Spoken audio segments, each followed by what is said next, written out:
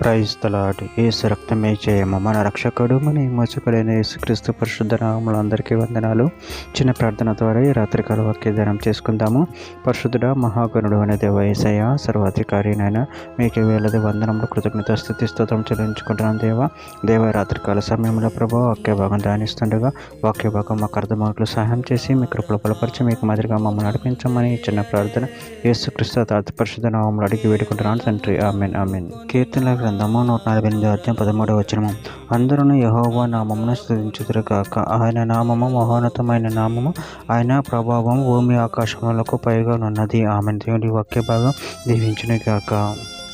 ప్రభువునందు ప్రియులారా, ఇక్కడ వాక్య భాగంలో గమనించినట్లయితే అందరూ యెహోవా నామమును స్తుతించుదురుగాక. ఆయన నామము మహోన్నతమైన నామము, ఆయన ప్రభావము భూమి ఆకాశములకు పైగా ఉన్నది.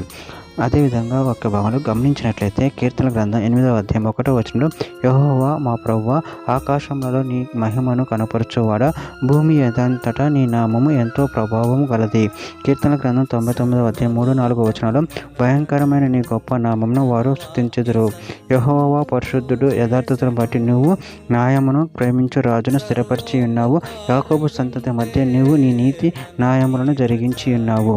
కీర్తన గ్రంథం 99వ అధ్యాయం 9వ వచనం మన దేవుడైన యెహోవా పరిశుద్ధుడు, మన దేవుడైన యెహోవాను కనపరచుడి, ఆయన పరిశుద్ధ పర్వతం ఎదుట సాగిలపడుడి. యెషయా గ్రంథం 6వ అధ్యాయం 3వ వచనం వారి సైన్యములకు అధిపతి యెహోవా పరిశుద్ధుడు, పరిశుద్ధుడు, పరిశుద్ధుడు, సర్వలోకం ఆయన మహిమతో నిండి ఉన్నది అని గొప్ప స్వరముతో గాన ప్రతిగానములు చేయుచుండిరి.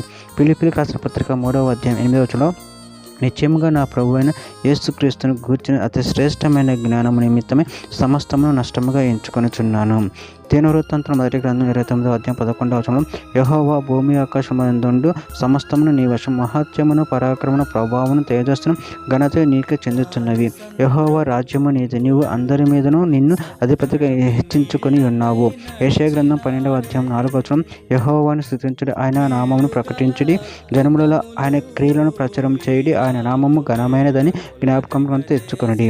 చివరిగా ఒక మాట, కీర్తన గ్రంథం 108వ అధ్యాయం 4వ వచనం యెహోవా నీ కృప ఆకాశము కంటే ఎత్తైనది, నీ సత్యం మేఘములంత ఎత్తుగానున్నది. ఆమె. దేవుడి వాక్య భాగం దీవించును కాక. చిన్న ప్రార్థన చేసుకుందాము. పరిశుద్ధుడ మహాగణుడు అనే దేవ యేసయ్య, మీరు ఇచ్చిన వాక్యదాన్ని ప్రభుత్వం కృతజ్ఞతలుంచుకుంటున్నాను. నీ నామమును స్తుతించి నీ నామమును మహిమపరచ కనపరచ శక్తిని బలను మాకు అనుగ్రహించి మీ కృపలో బలపరిచి మీకు మాదిరిగా మమ్మల్ని నడిపించమని చిన్న ప్రార్థన యేసుక్రీస్తు పరిశుద్ధ నామములో అడిగి వేడుకుంటున్నాను తండ్రి. Amen amen.